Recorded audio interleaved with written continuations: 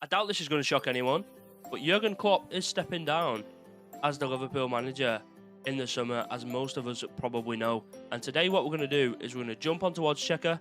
We're going to see who the top 3 managers are in contention for that Liverpool job.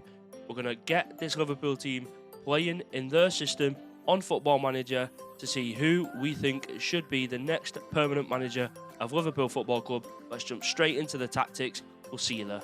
Taking a look at the first tactic then, and I'm actually going to give you a chance now to guess who it is before we announce it. Pause the video now, get yourselves in the comments, let me know who you think this first manager is. But it is actually Ruben Amorim from Sporting. Now, as you can see, he does play a 5-back. We have got that wide centre-back role with the ball-playing defender and just a normal central defender in the back 3. We've got 2 wing-backs. Robertson is on support and Trent Alexander-Arnold on attack. As we know, he is dangerous moving forward, so we want him getting up that pitch. We have the ball-winning midfielder and a central midfielder in terms of the 2 in the middle. On the outside, we have Salah in the inverted winger role. We want him cutting in and taking shots on that left foot. And inside forward on Diaz, just so we've got a little bit more coverage on the inside of this pitch. And up top, pressing forward in Núñez. Jumping straight into the player roles. Normal pressing forward for Núñez, no further instructions needed on him. Exactly the same for Diaz, no further instructions on him either.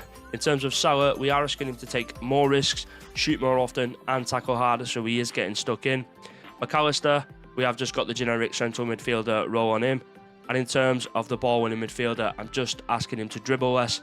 I want him playing it sideways, forwards, getting it out his feet, keeping that ball moving, keeping the possession going as well. In terms of the wing-backs, a few instructions on these, so we are asking them to take more risks, dribble more and tackle harder, and it is exactly the same on that right-hand side as well, where we've got Trent Alexander-Arnold. In terms of the wide centre-back, take fewer risks. I don't want him taking risks at the back, simple as that. For Van Dijk, dribble less, again, get it out his feet, try and keep him in position, I'm happy with that. And for that central defender role, we want take fewer risks again and tackle harder, so he's getting stuck in. In terms of the mentality, we are sticking with positive. We very rarely change it from that. It's consistently positive throughout the season. In terms of in possession, we are playing out from defence as we normally see with Amorim's team, and that will suit this Liverpool team as well. Passing directness, we're keeping shorter and that tempo at standard. We're working the ball into the box. You know, we've got the likes of Salah and Diaz arriving in from the wings who can finish that ball, and Núñez up top, who is a great finisher as well. In terms of the dribbling, we're letting them do what we want. They can make their own decisions in terms of that and creative freedom. I want them to be more expressive. In transition, we're counter-pressing and countering when possession has been won back. I want us distributing it to the full-backs and the centre-backs. So again, playing in line with that, playing it out from the back and just asking the keeper to take short kicks as well. Out of possession, we've got that high press line and a high defensive line. Again, what you would normally see with Amorim's team, and will suit this Liverpool team as well. We're asking them to prevent short goalkeeper distribution and triggering the press more often. And the last option that we have on there is stepping up more as well. So let's have a look at the data hub. Let's see how this tactic has performed for us throughout the season. We're going to jump straight into it now. Taking a look at the data hub now then, and as you can see, we do finish the season on 2.21 goals per game, which isn't a bad attacking shift from us. In terms of conceded per game, we are at 0.71 and expected goals against per game is 0.91. So a fantastic shift from us in defence as well. That pass completion is borderline 89%. So that could be an area where we do look to improve if he did bring in more signings. And the shots on target ratio at 48%. Again, if we brought in a more clinical striker, we'll probably see that jump up. And then we'll probably see the goals per game jump up as well. We're going to jump into the competitions now. We'll have a look at the stats in the Premier League, see how we fared in there, and see if we managed to pick up any trophies in the first season with Amorim's tactics. Starting off with the Premier League then, and as you can see, we do unfortunately finish second using this Amorim tactic, only finishing 1 point behind champions Manchester City. If we go on and look at the stats, as you can see, most goals, second on the list, 84 goals scored compared to Manchester City's 91, but they do obviously have the amazing Erling Haaland up front, so we expect nothing less from that City team. In terms of the fewest conceded, we do top the list, only 27 goals conceded in 38 matches. If we look at the most possession, 7th on the list with 57% possession. So not a bad first season. I could imagine if Amorim did come in and give out these sort of stats in the first season and finish second in the Premier League, Liverpool fans would be pretty happy with that. Taking a look at the rest of the competitions, Europa League, terrible performance from us, getting knocked out in the quarter-final by Roma. So we would be expecting Liverpool to win that. Unfortunately, we couldn't make it past the quarter-final using this tactic. English FA Cup, we do go on to win it, and we do beat Premier League champions at Manchester City 3-0 in the final. So a fantastic performance in that final. And we actually get knocked out in the semi-final of the Carabao Cup to Aston Villa. So you can imagine if we go on to beat Villa in that semis, we could probably go on to win that final as well. It could have been a double in Amorim's first season in charge. Let's go on and have a look at the squad, see how they performed using this tactic. We'll see you there. Taking a look then at this squad at the end of the season, and as you can see, Mohamed Salah is the star man this year, as to be expected. 28 goals, 15 assists from him. 24 goals, 6 assists from Darwin Núñez. Luis Diaz, 17 goals, 6 assists. Jota, 14 goals, 1 assist. Van Dijk actually pops up with 9 goals and 1 assist. And Szoboszlai finishes the season on 8 goals and 6 assists. So, not a bad performance in front of goal, as we'd expect. Mohamed Salah putting the team on his back, and Diaz being a close second, getting those 24 goals as well. We're going to jump straight into the second season now. Let's see how this team do with the second manager. We will see you there. Jumping into the second tactic now, and with it being a 5-back, I'm sure you can all guess it can only be one man, Xabi Alonso at Leverkusen, who is absolutely cooking, by the way. In terms of the tactics, as you can see, along that back line, similar to that Amorim tactic. Central defender on the left-hand side, a ball-playing defender in the middle, and a wide centre-back on that right-hand side. We have a slightly different role, so a complete wing-back for Robertson on the left, but still a wing-back on attack for Trent Alexander-Arnold on that right-hand side. We're dropping one of the midfielders a little bit deeper, mainly in that Xhaka role that he's currently playing for Leverkusen, so we do have Endo sitting in there as a deep-lying playmaker. In terms of the other midfielder, just a generic central midfielder in there. This time we've got a winger on the left-hand side, but we are actually tucking in this winger into attacking midfield, and that's where McAllister currently sits for us. And again, a pressing forward up top. In terms of the player instructions, we've got take more risks, dribble more, shoot more often. We want Núñez taking those risks when he is driving at the defence, getting out his feet and getting them shots off on target. In terms of Salah in that winger role, shoot more often, tackle harder, so getting stuck in for him. McAllister in the attacking midfielder role, we've got take more risks, dribble more, move into channels, because he has got a little bit more room on this right hand side now, so we want him moving into this right hand side, giving the team a little bit more width, and then tackle harder again. Central midfielder, take fewer risks, dribble less, shoot less often, and tackle harder, so we want him getting stuck in, but it is mainly about possession for Thiago, taking fewer risks and getting the ball out of his feet. In terms of Endo in that deep line playmaker, dribble less and tackle harder, again, just getting out his feet, keep that ball moving, that's what we'd like to see. Complete wing back, take fewer risks, shoot less often and tackle harder. On the wing back on the right hand side, we've got take more risks, dribble more, stay wider and tackle harder again. Centre backs, take fewer risks, tackle harder. We are all about a risk free at the back. Ball playing defender, dribble less, shoot less often, again, just get it out of his feet. I don't want him dribbling out from the back. And that wide centre back taking fewer risks as well. If we look at the mentality, we are unbalanced. So we're dropping it down from positive that we see with Amorim, and we are going balanced for the Xabi Alonso tactic. In terms of in possession, attacking width, we are fairly narrower. We do have this player who can tuck in behind Núñez and can still give us that width as well. So I think that just suits the formation a little bit more. In terms of the approach play, we're not afraid to pass it into space. So we do have, obviously, the spaces in this midfield on this right-hand side. He can float about. Again, just going to give us a few more options at moving forward. We're playing it out of defence like we would normally see with a Xabi Alonso tactic. Passing directness, much shorter. Tempo, slightly higher. Stepping it up in this tactic of Xabi. Working the ball into the box and running at the defence when it comes to the dribbling as well. In terms of in transition, we're counter-pressing and countering when that position has been won. The only difference is we are just distributing it to centre-backs when it comes to the Alonso tactic, whereas with the Amorim one, we was distributing it to full-backs as well. So that's the only difference in terms of in transition. And out of possession, we've got that high press line of engagement again, but the defensive line, we are actually stepping up much higher, which I think we would normally see in most Xabi Alonso tactics. In terms of triggering press, we are doing that much more often, and we're preventing that short goalkeeper distribution as well. Let's jump across to the data hub. Let's see what the data is telling us for the season, and hopefully we've had a good season going forward and in defence. Let's jump straight into it.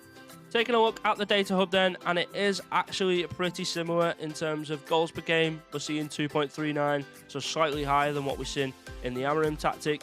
Conceded per game, 0.71, which I think is exactly the same.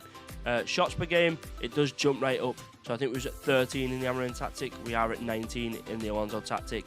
But we do actually see that shots on target has dropped right down by about 7%. Pass completion at 89. So again, pretty similar to what we see in the Amorim tactic as well. Let's jump across to the competitions. We'll have a look at that Premier League, see how we've done in Alonso's first season. Let's get straight across there now. Starting with that English Premier Division then, and as you can see, we do actually finish level on points with champions Manchester City on 92 points. However, they do have a better goal difference, so they do go on to take that title this year. If we move on and look at the stats, it was pretty close between the two teams again. 91 scored for Liverpool, so better than what we saw with the Amorim tactic, compared to 94 goals for Manchester City, so only 3 goals behind them. In terms of the most possession, we do actually drop down a little bit in the percentage. We are at 55% using the Alonso tactic. So if it is a possession tactic that you're looking for, the Amorim one is probably slightly better than what we're seeing with this Alonso tactic as well. In terms of the fewest conceded, second with only 27 goals conceded in 38 games. So a good defensive performance from the lads. If we move on to the rest of the competitions, we look at the Europa League, knocked out in the round of 16 by Borussia Dortmund, so a terrible performance in the Europa League. Like I said last time, you would probably expect Liverpool to go on and win that, so not a very good showing in Europe for Liverpool this year. In the FA Cup, we win it again. This time we play Arsenal in the final, 2-0 win, so again a clean sheet in the FA Cup final. But when we look at the Carabao Cup, terrible performance compared to what we saw in the Amorim save. We do actually get knocked out in the third round by Brentford. What we're going to do now is going to take a quick look at the squad. Let's see how the players performed, and then after that we're going to jump straight into that third and final manager and see how they've done in that last season that we do simulate. Taking a look at the squad then, and as you can see, we do actually have 3 players that finish on 20 plus goals this year. So Luis Diaz, fantastic from him, 23 goals and 11 assists in 47 starts. Mohamed Salah, 21 goals, 7 assists in 36 starts. Darwin Núñez, 21 goals, 3 assists in 45 starts. We have McAllister, 15 goals and 10 assists, which isn't bad from him. And Szoboszlai is coming in as the 5th best player in terms of goal contributions with 12 goals and 14 assists. So in terms of the attacking players, that's exactly what we want to see. Fantastic performance from them. Let's jump into this third and final season now, and let's see how the last manager has done. Jumping into the third and final tactic then, this is the man that is tipped to get the Liverpool job in the summer as it stands, and the man that I think would probably be the best fit for Liverpool moving forward as well. That man is Roberto De Zerbi from Brighton. Now jumping straight into the tactic, as you can see, it is a 4-2-3-1, so a very overpowered tactic in Football Manager this year. We do have the wing-back role on support in left-back where we currently have Robertson. On the right-back side, we do have an inverted wing-back, again on support for Trent Alexander-Arnold. 2 ball-playing defenders in the middle in terms of Van Dijk and Kanate. We have a ball-winning midfielder on defensive and a deep-line playmaker on support in midfield.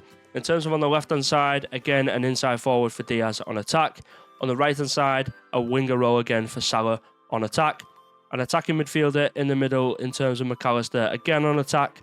And a pressing forward for Núñez, again showing on attack. In terms of the player instructions for Núñez, we do have take more risks and shoot more often. For that inside forward on the left-hand side, we have shoot more often and tackle harder. Exactly the same for the winger on the right-hand side, it's shoot more often and tackle harder again. For the attacking midfielder, take more risks, dribble more, tackle harder, so we want them getting stuck in. Deep line playmaker, dribble less, tackle harder, get the ball out of his feet. That's all we want to see from Thiago. For the ball winning midfielder, you can leave it as it is, no further instructions needed. Inverted wing back, take more risks, dribble more, tackle harder. Again, we know Trent is very good at dribbling with that ball and getting up the pitch, so happy with him taking more risks as he is moving up. In terms of left back, take more risks, dribble more, tackle harder. Ball playing defender on the left, dribble less. Ball playing defender on the right, dribble less and tackle harder. In terms of the mentality, it is back to positive again. This is always going to be the case with a Roberto De Zerbi tactic. In terms of in possession, we're fairly wide. Again, not afraid to pass that ball into space. Playing it out of the defence, shorter passing directness, and that tempo is the highest that we can go. As we know, Roberto De Zerbi's tactics are relentless. It's got to be high tempo all of the time. In terms of in the final third, we're working that ball into the box. We're running at the defence and being more expressive as well. In terms of in transition, counter press, countering, distributing to fullbacks and centre backs, and taking short kicks. So similar to what we're seeing across all three tactics that we're looking at. In terms of out of possession, high press again, which is a common theme, but we do drop that line back a little bit again from what Alonso's tactic was, just dropping it into that higher defensive line. But as you can see, we are actually getting them to step up more when it comes to the defensive line again. Triggering the press much more often this time and still preventing that short goalkeeper distribution. Let's get into the data hub, see how this tactic has done for us. I'm expecting it to do very well with it being a 4-2-3-1, but we'll soon find out. Moving into that data hub now, and again, it's a pretty common theme in terms of goals per game. We're at 2.32, conceded per game, we're at 0.74, shots per game, 15.26, and shots on target, we're at 44.31. So it's actually pretty similar to what we're seeing in the Amorim and the Xabi Alonso tactics as well. Let's move on to the competitions. Let's see how we've done in that Premier League and see how we've done in the domestic competitions as well. We're going to jump straight across there now. Taking a look then at the English Premier League first, and as you can see, Roberto De Zerbi has come in and done it in his first season, finishing first with 91 points, 5 points ahead of second place Manchester City. If we look at the stats, most goals, 88.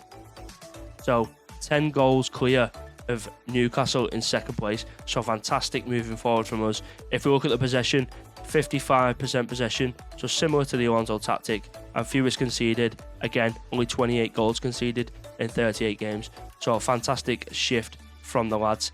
If we look at the competitions, again, we're not having much luck in Europe, getting knocked out in the quarter-final by Atalanta. We should be winning it. Unfortunately, a consistent theme throughout all three saves. We don't go on to win that Europa League title. English FA Cup, he's the first manager out of the three to not win the FA Cup.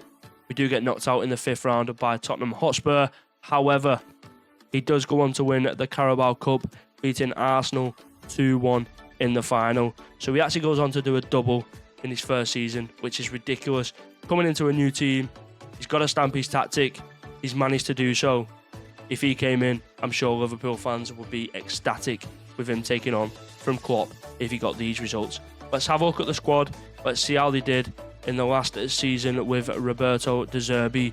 I can imagine we've got a good few performances in that squad from the attacking players. Taking a look at the squad then for the third and final time in this video, and as we can see, Darwin Núñez is finishing the season off with 29 goals and 4 assists. So a fantastic season in front of goal for Darwin this year. For Luis Diaz, 24 goals, 14 assists. McAllister, 22 goals, 14 assists. So fantastic from attacking midfield from him. A bit of a slower season from Salah, 14 goals, 10 assists, but it does look like he was injured for the last month or month and a half of the season. We've got 14 goals and 10 assists from Jota. Gakpo's coming in with 14 goals and 9 assists. And Szoboszlai is coming in with 13 goals and 6 assists. So a fantastic performance from the lads in front of goal this year. You can see why we went on to win that Premier League title. As I've stated, if De Zerbi come in and did that, Liverpool fans would be absolutely buzzing. Let me know who you think should be the next Liverpool manager in the comments. If you have enjoyed this video, please make sure you leave a like rating. Get yourselves in the comments, subscribe to the channel. We will see you in the next one. Thank you so much for watching. Peace.